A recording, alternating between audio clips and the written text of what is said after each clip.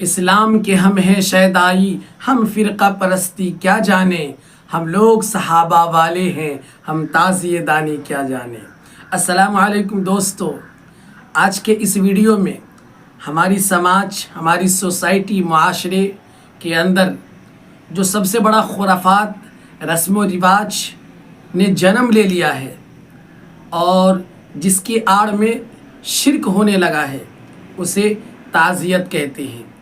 یعنی کہ ماہ محرم الحرام کے مہینے میں جو تعزیہ دانی کی جاتی ہے، اس کی حقیقت، اس کی اصلیت اور اس کے وجود کو میں آپ کے سامنے پیش کروں گا۔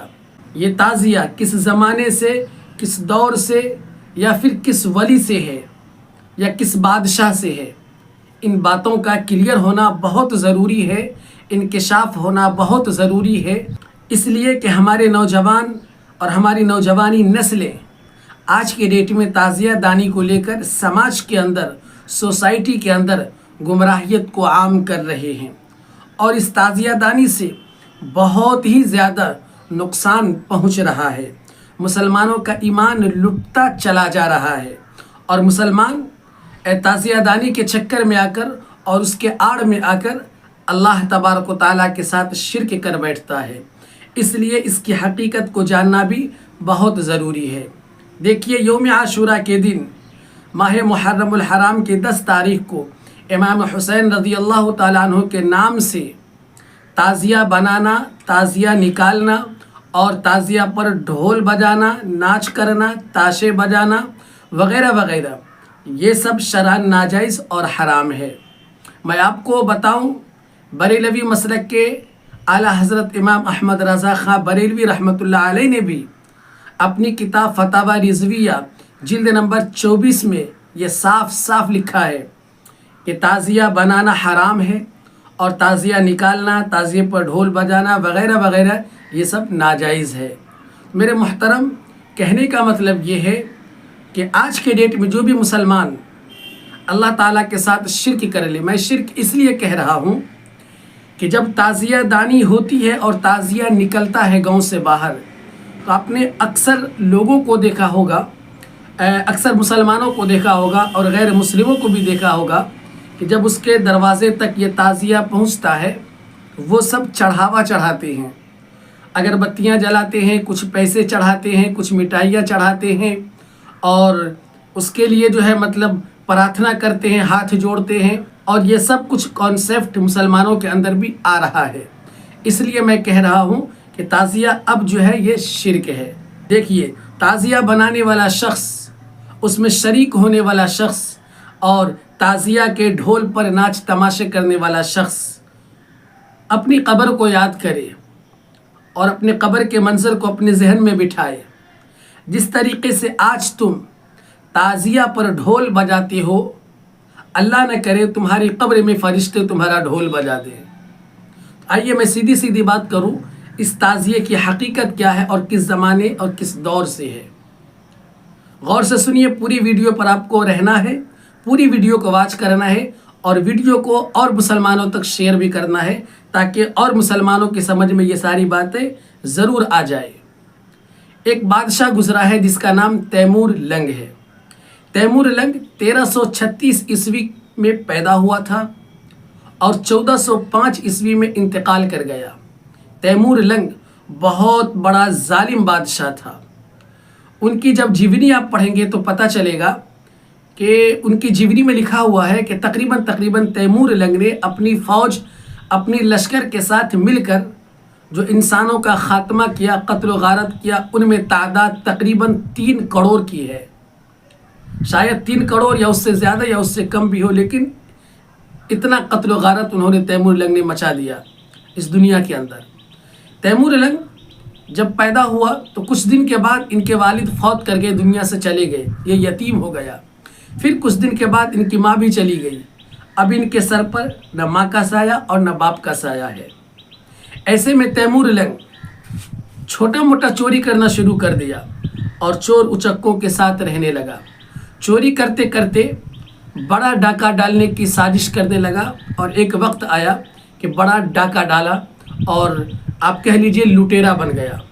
وہ شہروں کو، ملکوں کو اور گاؤں کو لوٹا کرتا تھا۔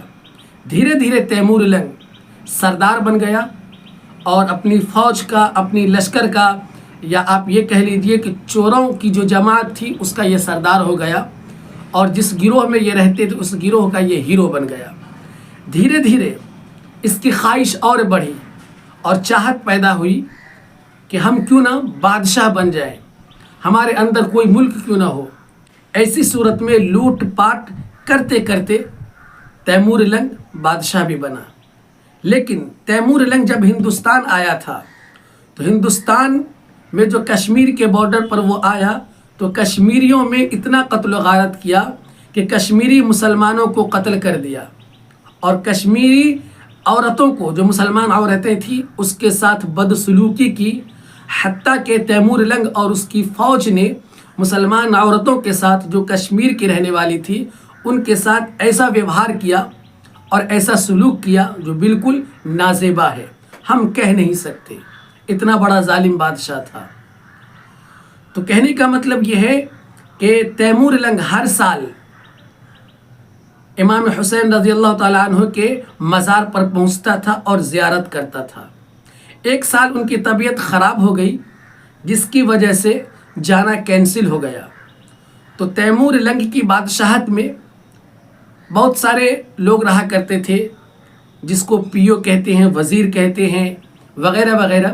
تو ایک وزیر شیعہ قوم سے تعلق رکھتا تھا، تو انہوں نے سوچا اس سال بادشاہ سلامت امام حسین کے مزار پر نہیں جا سکیں گے کیونکہ بیمار ہیں، تو ہم کیوں نہ کچھ ایسا کریں جس سے بادشاہ سلامت خوش ہو جائے، اور جو محبت امام حسین کے مزار سے ہے وہ محبت یہاں ابھر آئے۔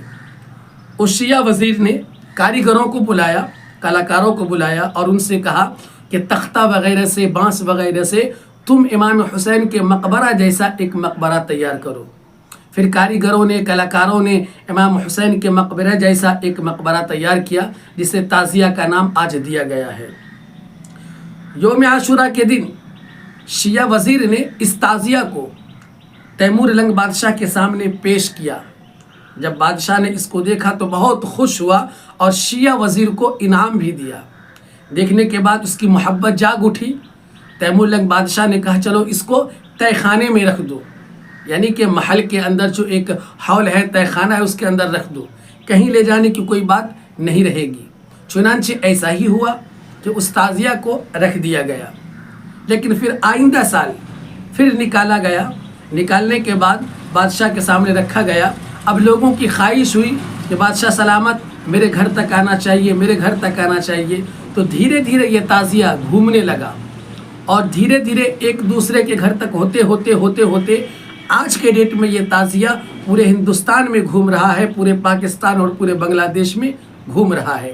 یہ ہے تعزیہ کی حقیقت اور اصلیت۔ یہ تعزیہ نبی سے، صحابہ سے، ولی سے، تابعین سے ثابت نہیں ہے۔ اگر یہ ہے تو ایک ظالم بادشاہ سے ہے، اس کے زمانے اور اس کے دور سے ہے، اس کی زندگی سے ہے۔ اس لیے اسلام کے اندر تعزیے کی کوئی گنجائش نہیں ہے، تعزیے کی کوئی اصلیت نہیں ہے، تعزیے کا کوئی وجود نہیں ہے۔ اس لیے میرے دوستو، میری بات مانو، تعزیہ دانی سے دور ہو جاؤ اور اپنے ایمان کی حفاظت کرو۔ ایسے میں ایمان لٹتا ہے اور ایمان کا جنازہ نکل پڑتا ہے۔ آپ جانتے ہیں جب تعزیہ ہمارے گاؤں میں، ہماری بستی میں نکلتا ہے تو سب سے بڑی برائی کیا ہوتی ہے؟ سب سے بڑی برائی یہ ہوتی ہے کہ عورتیں تعزیہ کے پیچھے پیچھے ہوتی ہیں، اور جس عورت کو، جس لڑکی کو آپ نے کبھی نہیں دیکھا، اس دن آپ اس کو دیکھ سکتے ہیں۔ یعنی غیر محرموں کے سامنے عورتیں، لڑکیاں ایسے بے پردہ ہوتی ہیں یوم عاشوراء کے دن کہ جیسے لگتا ہے کہ شیطان بھی آج کھڑا ہو کر کہیں تماشا دیکھ رہا ہوگا کہ میرا کام یہ تو خود کر رہا ہے۔ یہ سب سے بڑی برائی ہے۔ دوسری برائی یہ ہے کہ تعزیہ نکالتے وقت یا تعزیہ بناتے وقت یا محرم کا چاند دیکھنے کے بعد مسلمان جو اپنے معاشرے کے اندر، اپنے گاؤں کے اندر ڈھول بجاتے ہیں، تاشے بجاتے ہیں، ناچ کرتے ہیں، شراب نوشی کرتے ہیں، تاری وغیرہ پیتے ہیں، یہ بہت بڑا گناہ ہے۔ رسول پاک صلی اللہ علیہ وسلم نے